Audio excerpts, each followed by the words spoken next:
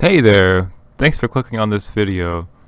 If you don't already know, this is part 3 of my struggle only challenge. And so there's 2 other parts you could watch already. And let me just say this right off the bat. Here are all the rules. The only thing I've changed, I've added 2 more.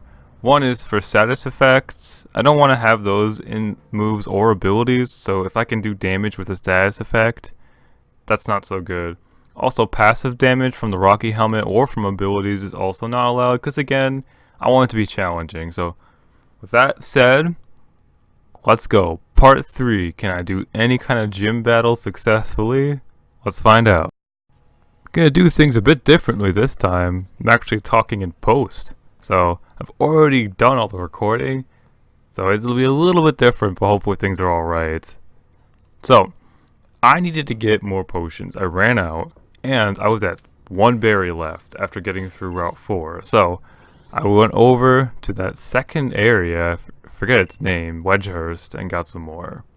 Also, I was broke, like completely broke. So, I had to go to the wild area and kind of run around trying to find any kind of stuff. And I found a balm mushroom, which is some good money. And then also, I wanted to check what kind of TM this is, and it's not useful for me at the moment, but yeah. And now here we go. It's time to face off against that gym. And honestly, this is going to be really fun, guys. So luckily for Turffield, there was only one trainer I actually had to fight. I could skip out on the other ones. And that's going to be a theme, really, that the gym trainers are not difficult. It's just the leaders. Like, throughout this entire run, that's how it's going to be. So anyway, this is the only guy I actually have to fight. And he has a grand total of 1 Pokemon. So I'm not super worried about him. He should be... I can get through him really easily, trust me. If it's only 1 Pokemon, the challenge goes way down. It's not the strength of the Pokemon you're worried about, it's the quantity. And that's just different from anything I've ever done before, so... Anyway, I just blow past this guy, as you can see here. And it's on to the gym leader already. So my idea going in to face this guy was just to see what kind of Pokemon he has, how much defense he has. So I knew I was going to lose, probably a lot.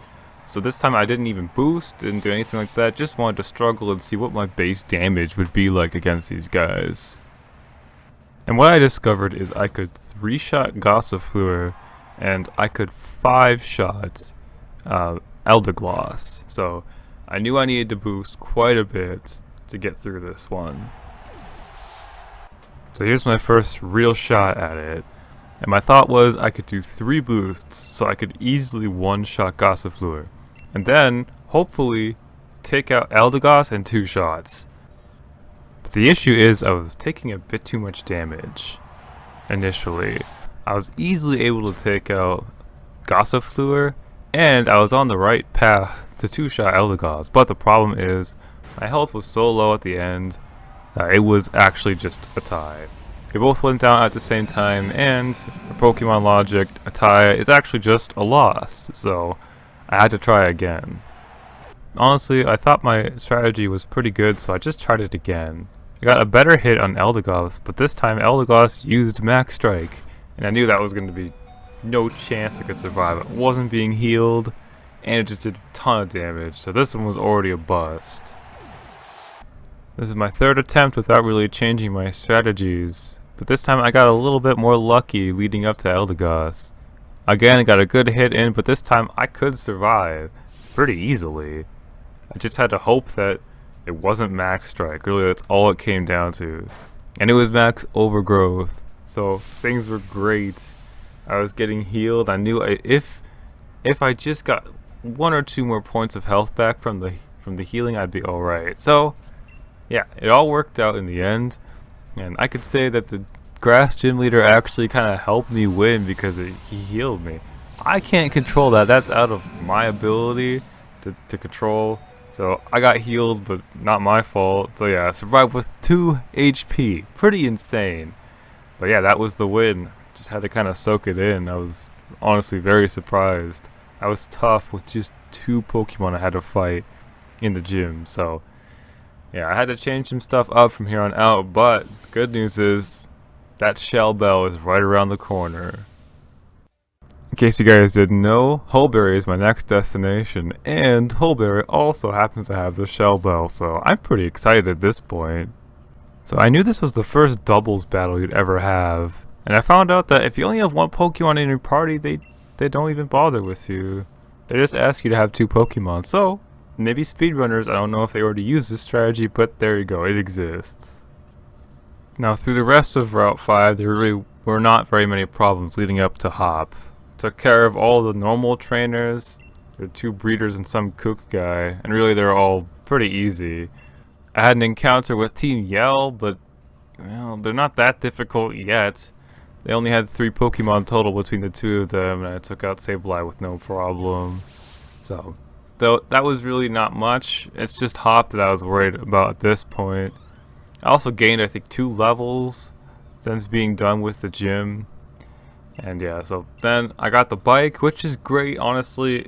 The bike is just, it's so important. Updated my look too, and I decided to just flex on these guys because they can't fight me. So here we go, another Hop battle that I've got to win. I was pretty nervous, but I decided to go for the 3 boost strategy because there's 3 Pokemon, I couldn't mess with just 2.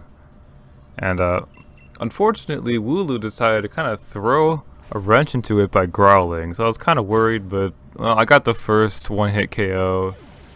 And then with Corvisquire, I got the second, and I was feeling pretty good at that point. I had over half health once Hop brought out his ace, Thwacky, and last time I had a problem with Grookie, so I was still a bit worried, but decided to try it out without boosting, and yeah, I got the 1-shot kill, so it all worked out in the end. Hop just couldn't believe it. I have really strong dumb Pokemon, so yeah, time to carry on. And lo, what do my eyes behold? Well, let's find out. Yep, it's the Shell Bell. Guys, this changes absolutely everything. This will make this challenge maybe possible. Now, obviously, I gotta put the Shell Bell on, so that's not ever leaving until I change out who my Pokemon is. And with that, guys, that's it for this episode. This is part 3. I actually managed to beat a gym leader. I mean, the easiest one, but still. And now I got a big challenge right behind me. This next gym will be hard if I stick with Raboot, so we'll see. Anyway, thanks for watching to the end. And subscribe if you haven't already. And I'm looking forward to part 4, guys. It'll be coming out pretty soon.